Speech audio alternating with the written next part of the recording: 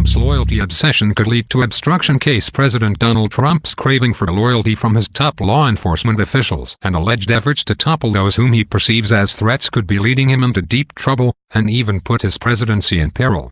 The New York Times provided a fresh glimpse into Trump's persistent efforts to shield himself from swirling scandals with a report that the president sought to install someone he saw as an ally atop an investigation by New York prosecutors into his former lawyer Michael Cohen. Then, in an interview with CNN, former acting FBI Director Andrew McCabe, who was instrumental in opening an obstruction inquiry against Trump, made his strongest claim yet that he was fired hours before his scheduled retirement as a result of an internal investigation rigged against him at the instigation of the president. The revelations appear to fit into a consistent pattern of attempts by Trump to influence investigations in which he may be implicated in a constant campaign of public and private pressure on the officials involved.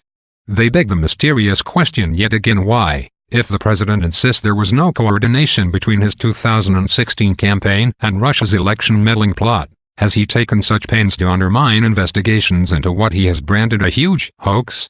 The New York Times reported that Trump called Acting Attorney General Matt Whitaker late last year to ask whether it was possible that Jeffrey Berman, the U.S. Attorney for the Southern District of New York, who was recused from the case, could take over anyway. Trump denied the report, saying to reporters, "I don't know who gave you that." Even in his public remarks, the president has often left the impression that top law enforcement officers had a duty to protect him, like a personal lawyer, rather than to the neutral administration of justice and to the Constitution. Fired FBI Director James Comey said Trump tried to establish a mob-like relationship of patronage with him. Trump also repeatedly berated his former Attorney General Jeff Sessions over his failure to rein in the Russia probe. Trump has mounted relentless, almost daily attacks on Special Counsel Robert Mueller's inquiry and other investigations targeting his administration. In the worst-case scenario, his incessant private, public and political efforts to influence the investigations could add up to obstruction of justice in plain sight, and even form part of any future articles of impeachment. Asked by CNN's Brooke Baldwin whether Trump's request to Whitaker amounted to obstruction, Ellie Honig, a former federal prosecutor, answered, "What else could it be?